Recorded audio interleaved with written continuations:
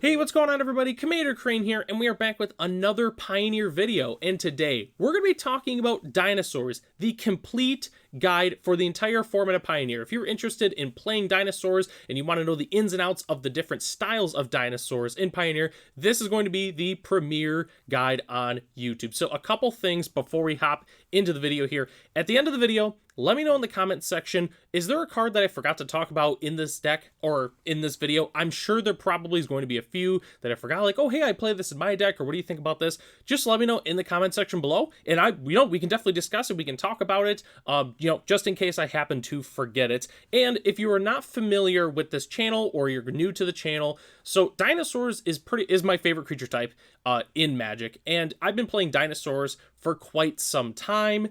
And essentially, I wanted to make an entire guide for pretty much just dinosaurs. We're going to be going over exactly 3 different styles of dinosaurs today. So let's go ahead and hop into essentially the video topic. So going over a couple things today. So we're going to talk about the brief history of dinosaurs in terms of the Pioneer format. We're going to talk about the different archetypes that you can play for dinosaurs, because, even though they're all dinosaur decks, they're all different styles, which is very important to kind of show the differences between each one, and also maybe even help determine which one you would like to play.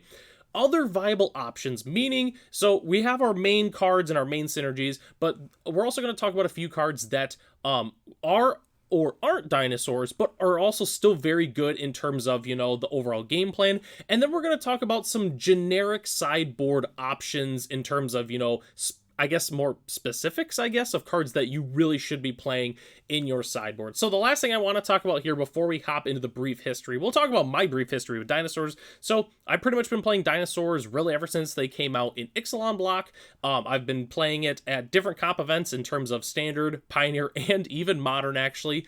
Have some lower end top 8s, like a couple of invitational qualifiers, a couple of SCG, or not SC, well, IQs, but then also regional championship qualifiers, as well as a couple of local 1Ks and such. So very experienced in terms of playing dinosaurs in pretty much every format. So, all right, let's go and hop into the brief history of dinosaurs real quick. So, obviously, dinosaurs existed before Ixalan, but as soon as the Ixalan block came out, which I want to say was 2017, I should have looked that up beforehand, they printed a whole bunch of new dinosaurs and eroded some different cards to dinosaurs, but all those dinosaurs are really not in Pioneer, so it's not something we really have to worry about for the most part. So, we got our initial set of dinosaurs, as an example, Burning Sun's Avatar, and then in M20 and kind of M21, but mostly M20, we got a bunch of new dinosaurs. For instance, Shifting Ceratops, which really helped bolster the entire dinosaur creature type as a whole. And then ever really since, the last couple of years, we've been getting a lot of dinosaurs, like 1 or 2 random dinosaurs per set. For instance, Topiary Stomper, which was in Streets of New Capenna, and even still to this day as of the recording of the video, we usually get at least 1 dinosaur every set, which is pretty cool, just for, a number of reasons, not even just Pioneer, but also the different formats as well. And obviously, as time goes on, dinosaurs is going to get better, we're going to get more creature types, more synergies, and everything like that. So hopefully, eventually someday in the near future, dinosaurs will be maybe near the top of a particular metagame, especially in Pioneer. So, the decks we're going to be talking about today, let's talk about that. So, the 3 different dinosaur decks. We have traditional dinosaurs, which is the personal version that I like to play the most. We're also going to be talking about Coco dinos, which is somewhat similar to traditional dinos, but obviously it makes sense of why it's a little bit different. And then we'll also be talking about Stampede dinosaurs, which I would say is probably the spiciest archetype on this. So, and again, I would say for most people, if you already play dinosaurs and you're looking to get ideas, I would say, it's most likely that your deck is going to fall into one of these 3 categories for the most part, depending on the overall average converted mana cost of dinosaurs that you're actually playing in your deck. So, all right, traditional dinosaurs. So, traditional dinosaurs is what I would say most people think of in terms of, hey, you're playing a dinosaur deck. So, okay, they're going to think of cards that are going to be around like the 4, the 5, maybe even 6 converted mana cost. And that's kind of what we're playing. I would say, I don't know the exact average of the converted mana cost for dinosaurs we're playing, but it's going to start at 2 and it's going to end technically at 12, but it's not really 12, which will make sense right now. So this is the example that I have provided on screen Another thing I forgot to mention is all these deck lists will be in the description below if you'd like to check them out for yourself, and obviously it'll include the sideboards as well. But this is the traditional Dinosaurs example here. We're going to be talking about pretty much all these cards that are featured on here, except the lands. The lands I'm not going to go over. Relatively straightforward in terms of a Gruul mana base for the most part. But let's go ahead and talk about some of the creatures here. Obviously, if you want to scour the entire list here, you can go ahead and pause right now, and then you can take a look. And then obviously when you press play, then boom, we're going to talk about the cards. So, the early creatures here. So, we're playing 4 Land Rose and 4 Elvish Mystic in this particular deck, as well as 4 Marauding Raptor. So, I'm not going to go into detail on the other cost reducers or cheap early creatures that you can play. We'll kind of talk about those later on in the video in terms of other viable options, but that's what I'm currently playing in my traditional dinosaur aggro list, just because I think that they're the best options in terms of, you know, going explosive right out of the gate, playing our dinosaurs quick, turning them sideways.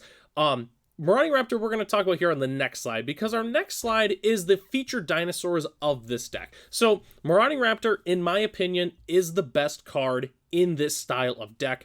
Marauding Raptor is incredible, obviously making our creatures cost 1 less to cast, and then whenever another creature enters, Marauding Raptor deals 2 damage to it, but if a dinosaur is dealt damage, it gets +2/+0 until end of turn, which means Marauding Raptor is essentially a mana dork that also gets really, really aggressive. It becomes a 4/3, a 6/3, maybe even an 8/3, who knows, depending on what your draw looks like.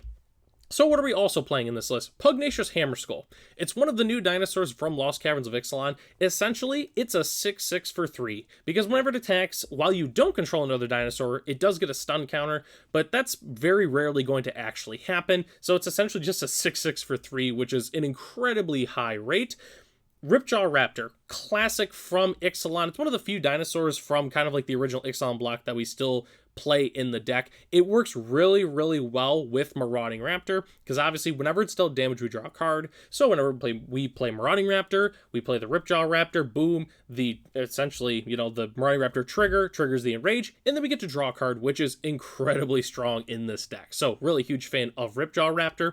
And then the rest of the dinosaurs we're playing here are relatively standard. Playing a few Rampaging Raptors in this deck. New card from, well, I guess relatively new card from March of the Machine. This is essentially just a red questing beast that happens to be a dinosaur, which is extremely strong. So I really, really love Rampaging Raptor.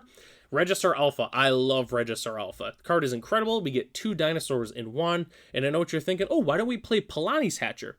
The reason we don't is because it doesn't work very well with Marauding Raptor, because Marauding Raptor, when the eggs enter, they take 2 damage, and then obviously we don't get any extra value. I also really do like the Regisaur Alpha, because it makes a 3/3 trampling dinosaur, which can be very, very relevant on many different board states. So that's why we're playing Regisaur Alpha as opposed to Polani's Hatcher, but more on Polani's Hatcher later in the video. And we're also playing Ghalta Primal Hunger. Why not? I mean, it's 12 mana, but not really. Most of the time, it's 2 mana for a 12/12 Trampler, which is just incredible. Really, really love Ghalta in general. The card is sweet, and it's a 12/12. Who doesn't like casting 12/12s? So those are all the dinosaurs that we're playing in the traditional list, but there's a couple cards I still want to talk about, and those are, I classify this as high synergy cards. So we have Commune with Dinosaurs, which is essentially just an Ancient Stirrings for dinosaurs, looking at the top 5, putting a dinosaur or land into our hand. So for a little bit, you know, short on lands, grab an extra land. If we need some gasoline, we grab a dinosaur. Commune with Dinosaurs is very, very strong. I also really love Reckless Rage as our main removal spell in this deck for multiple reasons. Because 1, most of our dinosaurs are pretty big, and the 2 damage that our dinosaurs take is really not a big deal. But it's also really, really good with Ripjaw Raptor, because whenever it's dealt damage, we draw a card. So it's a really incredible. I mean, being able to take out our opponent's best creature and also draw a card for 1 mana is really, really good. So huge fan of Reckless Rage in the entire deck. It's really, really good. So, all right, next thing we got to talk about here is Coco Dinosaurs. So Coco Dinosaurs is essentially very, very similar to traditional dinosaurs, but the average converted mana cost is much lower, because unsurprisingly, we're playing the namesake card Collected Company, so that's why we got the Coco Dinos list. So let's go and take a look at the example list here again. You know, this is really just an example of what this deck would look like as a whole. Again, if you need to pause real quick and look at, you know, the exact list here, but we're going to be going over pretty much all the cards here, at least in terms of new cards. So we're not going to talk about Marauding Raptor and Ghalta Primal Hunger again, but there's a couple new cards that we are going to talk about. And one of those new cards I want to talk about is Belligerent Yearling. Belligerent Yearling is really, really good in this deck, because obviously 3-2 for 2 with trample. Whenever another dinosaur enters the battlefield under your control, you may have its base power become equal to that creature's base power. So, for instance, playing Pugnacious Hammerskull and also Rotting Regisaur is really, really good with Belligerent Yearling, because obviously with the trigger, we can make it a 7-2 or a 6-2 with trample, which is really, really strong.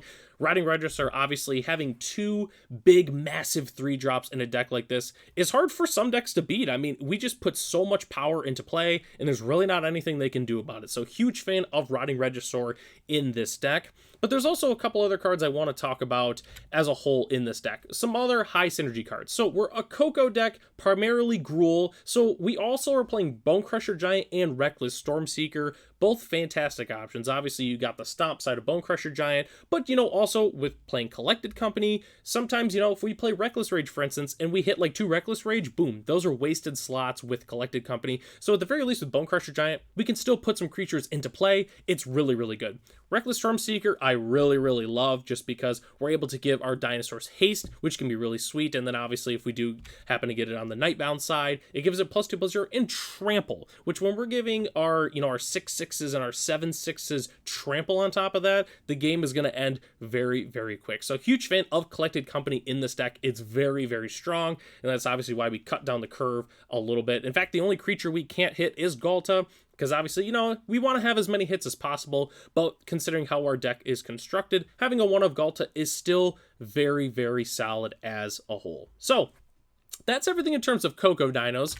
Next list, and the final list, is Stampede Dinos, which I think is relatively unknown, but I think a lot of people who actively, keep track of dinosaur stuff on YouTube probably have heard of this list. So huge shout out to Arfy Games. So Arfy Games is actually the person who created essentially this archetype for dinosaurs. The link for his channel will be in the description below if you'd like to check it out. That's pretty much what he jams pretty much every night he streams and plays a ton of Stampede Dinos. So Stampede Dinos, let's go ahead and take the list as a whole here, which this is much different than the other lists that we've taken a look at here. And also, I know that this isn't his current list as of the recording of this video. This is kind of just a example guide as to, what this deck is trying to do as a whole. So some of the cards do look familiar here. We have Commune with Dinosaurs, we have Regisaur Alpha, those are obviously, mainstays in the entire deck. But obviously there's a ton of different creatures that we have to talk about. But first, what is this deck trying to do? So if you looked at the lands here, we're playing a couple of different cards. Oh, really all the lands are different for the most part, but the 2 most important lands in this entire deck. We're playing Sunken Citadel and Castle Garenbrig. So we are trying to take advantage of Castle Garenbrig making 2 mana, and essentially Sunken Citadel also making 2 mana, which that's why I just named this section the Soul Lands. So with Sunken Citadel, for those who don't know, if we name green with both of them, and we have a Castle Garenbrig at play, we can make 6 mana with 3 lands, which is absolutely incredible. So instead of playing, cost reducers like Marauding Raptor or Otepec Huntmaster or Mana Dorks like Llanowar Elves and Elvish Mystic, this deck is trying to essentially assemble Tron in a way. This deck is kind of more like a Tron deck because we have the Commune with Dinosaurs and the Sylvan Scrying. We're trying to grab these specific lands so that way we can tap 4 lands and make 7 mana, which is just absolutely incredible. So that's what this deck is obviously built around. Let's talk about the dinosaurs. So the reason it's called Stampede Dinosaurs is because of this card, Galta Stampede Tyrant, new mythic rare from Lost Caverns of Ixalan. 12/12 for 8 mana with trample. When it enters the battlefield, put any number of creature cards from your hand onto the battlefield. So most of the time when we do our thing, we play our Galta on, turn 4 or turn 5, essentially we just throw down 4 to 5 other dinosaurs that are in our hand and the game is absolutely over. So the idea is we play the Galta, we put a bunch of creatures in play. We want to have a couple different creatures in our hand essentially when we play the Galta. We want either Regisaur Alpha or Palani's Hatcher, which is obviously the one that's on screen here, the one we kind of talked about earlier with Regisaur Alpha. Essentially in this deck, Palani's Hatcher is better than Regisaur Alpha just because we get the extra bodies, but we play both because we want to essentially just one-shot kill our opponent with Galta and all the other dinosaurs we put in play having haste, which is really sweet. But one of the other cards that's new and very important to the deck is Vault-Born Vault-Born Tyrant. This card is sweet. Whenever it or another creature of power 4 or greater enters the battlefield under your control, you gain 3 life and draw a card. So essentially, whenever we play a dinosaur, we gain 3 life and draw a card. And then when it dies, we just make an artifact token of it, which is absolutely incredible. So huge fan of Vault-Born Tyrant in this deck as well. But there's a couple more dinosaurs we still have to talk about that we play in this deck. So obviously we're making all this mana. We're not always going to have Ghalta, or we need to put other dinosaurs into play with Ghalta. So these are a couple more that we're playing. We're playing Carnage Tyrant and Tyrannex Rex in this deck. Both very similar cards. Obviously T-Rex is 1 more mana and it's got the haste, that kind of thing, but they're both very, very important to this deck. We're also playing Nurturing Bristleback for 2 reasons. Obviously, we have the forest cycling there, so we can grab, a land essentially just to help us get to, the 7-8 mana. We can obviously grab a dual land because it's forest cycling, which is sweet, so we can grab like the commercial district or we can grab a stomping ground. But also, if we're on the Ghalta plan, we can also just put it into play with Ghalta's triggered ability, which is pretty sweet. So definitely a huge fan of all the dinosaurs in this entire deck. And kind of like we alluded to earlier, we obviously need to essentially assemble Tron. We need to assemble the right combination of lands to be able to cast all of these dinosaurs. And these are the cards that are going to help us do it. We're playing Sylvan Scrying, we're playing Archdruid's Charm, not Archmage's Charm, and Smuggler's Surprise as a nice one-of. So Sylvan Scrying, pretty self-explanatory, just searches for a land, puts it in our hand. Archdruid's Charm, very, very similar, but still, I would say, more powerful, obviously being able to just grab a land and put it directly into play. We can just grab any land like Sylvan Scrying, but it just goes right into play. So we put the Sunken Citadel in play at their end step, and then we untap and we can do our thing, that kind of thing. Smuggler's Surprise is somewhat similar. We can also put a land into our hand, but a lot of this is also for cheating out dinosaurs or also protecting our dinosaurs. So Smuggler's Surprise is just a really, really nice flex card in the entire deck as a whole. So that was definitely a very, very unique deck for sure. I think this deck is cool. If you like playing like the big fatty dinosaurs, I think that this is definitely the deck that you would probably enjoy the most. But again, people like playing different dinosaurs, and we wanted to talk about all the different options that we could play here. So, all right. Next thing we got to talk about is other viable dinosaurs. So obviously, we had talked about specific cards, that we're playing in our specific decks, but there's a ton of other dinosaurs that are still strong and viable to play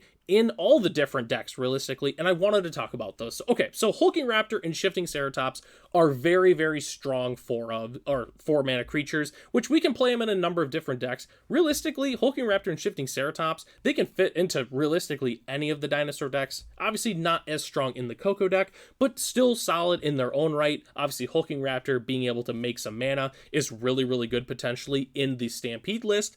Shifting Ceratops, also good in the Stampede list, but I would say is probably the best. It gets, the most out of it in the traditional list. Trumpeting Carnosaur is also just really, really good. Being able to discover 5 is really, really strong. I would say, once again, probably a little bit better in the traditional list, but also still very, very good in the Stampede list. So, huge fan of Trumpeting Carnosaur.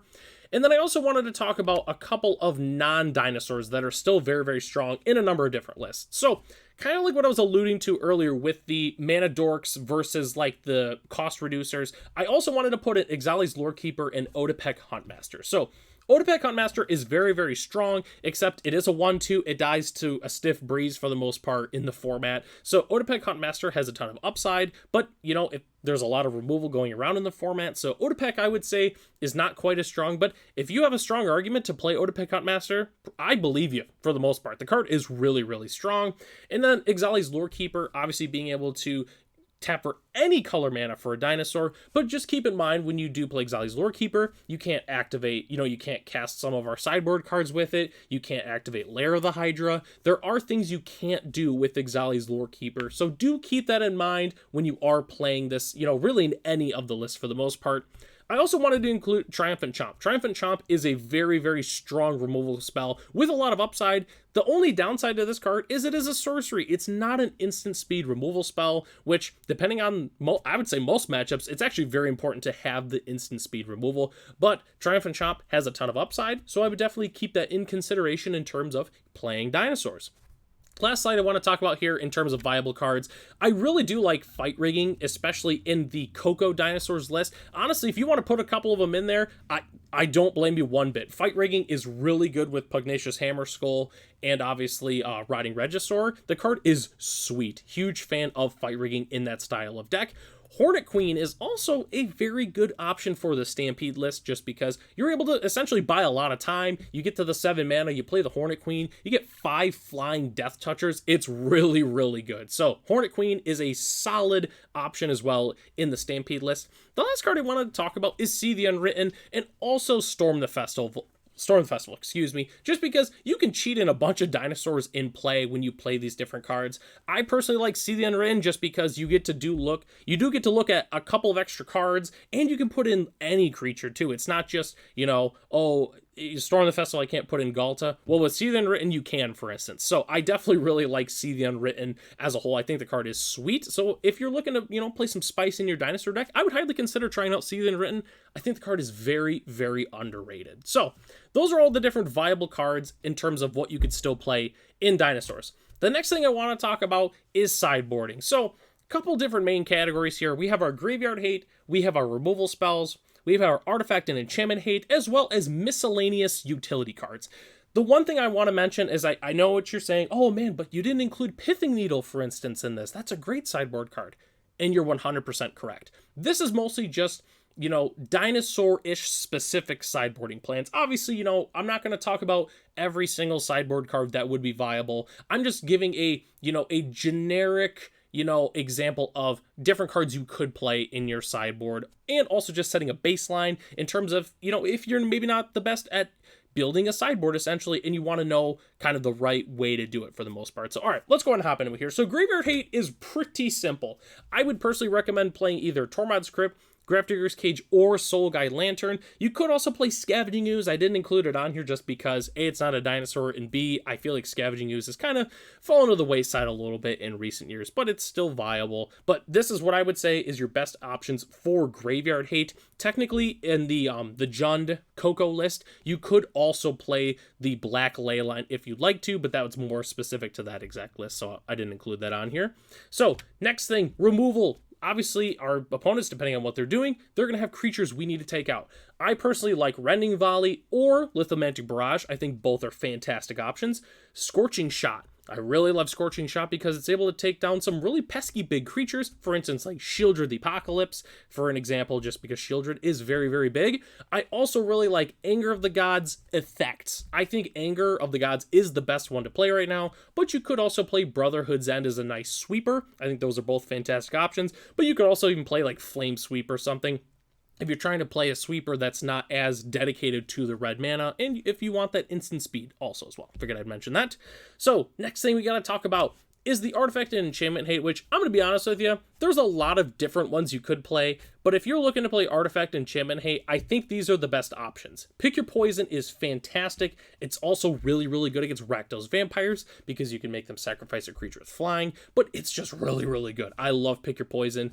I think if you're playing dinosaurs right now, you should be playing at least 3 copies in your sideboard right now. The card is absolutely incredible. I also really do like Cindervines because not only is it an Artifact Enchantment Hate card, it's also really good against spell slinging decks just because they take damage for each time they cast a non-creature spell, which that damage is definitely going to add up. So huge fan of Cindervines in general.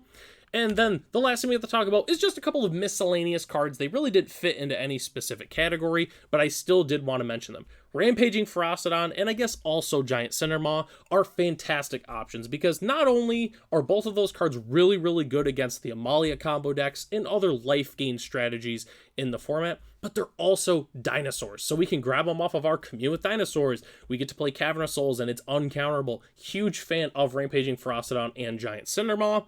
Klothys, God of Destiny, a very, very underrated sideboard card. Really, this card's so good. I love Klothys. I can't tell you how many games I've won because of Klothys just sitting there doing its thing. The card is absolutely incredible. You bring it in grindy matchups. You bring it in against aggro. You bring it in against mid-range. You bring it in against control. You pretty much bring it in against most matchups for the most part. Obviously not every single matchup, but Klothys is still really, really good.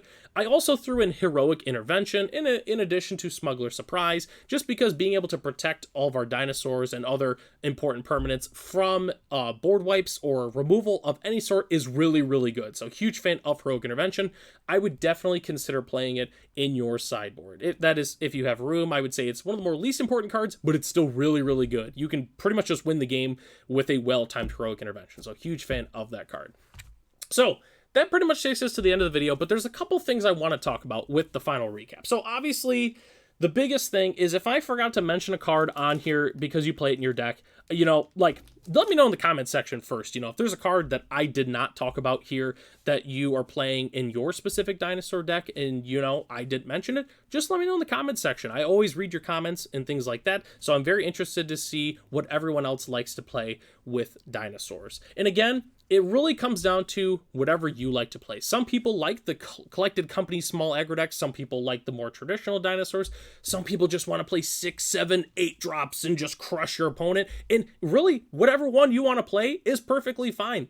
There's no problem with that at all. So another thing I want to mention is if you do end up building one of these decks, let me know in the comment section below, you know, how did the deck play? Did you play with friends? Did you play at FNM? Did you play at an RCQ or anything like that? Just let me know in the comment section. And the last thing I want to mention is with this deck, I'm not trying to convince anybody that any of these dinosaur decks are secretly tier 1. That's not really the purpose of this. The purpose of this video was to kind of give a guideline essentially to, hey, I want to play dinosaurs in Pioneer. Where should I start? You know, what are the best dinosaurs to play? That was kind of the entire purpose of this video. If you want to play dinosaurs, then this was definitely the starting video for you to watch in terms of all the different archetypes that you can play with dinosaurs, essentially. So that pretty much takes us to the end of the video here. Thanks so much for watching this video. This is kind of the first one of its type for the most part in terms of a complete guide to a specific archetype. If you really like this style of video, let me know in the comment section below your thoughts on it and maybe something you'd like to see next. Deck lists are in the description for the 3 different decks that we talked about today. So if you want to check those out, including the sideboard as well for each of them, just hop over to the comment section, check out the link on MTG Goldfish, and it'll take you right to that. Also, huge shout out to our channel members, Ralph, Matt, Arcadius, Ray, Gary, and Surwanuki. If you are interested in being a channel member yourself, it's only $1 a month. You get access to the exclusive Discord as well as other features here on the channel. So if you want to hop in our Discord and talk about dinosaurs in advance, it's only $1 a month, which is a really, really good deal. So, all right, well, that takes us to the end of the video. I'm Commander Crane. Thank you so much for watching this video, and I hope to catch you in the next one.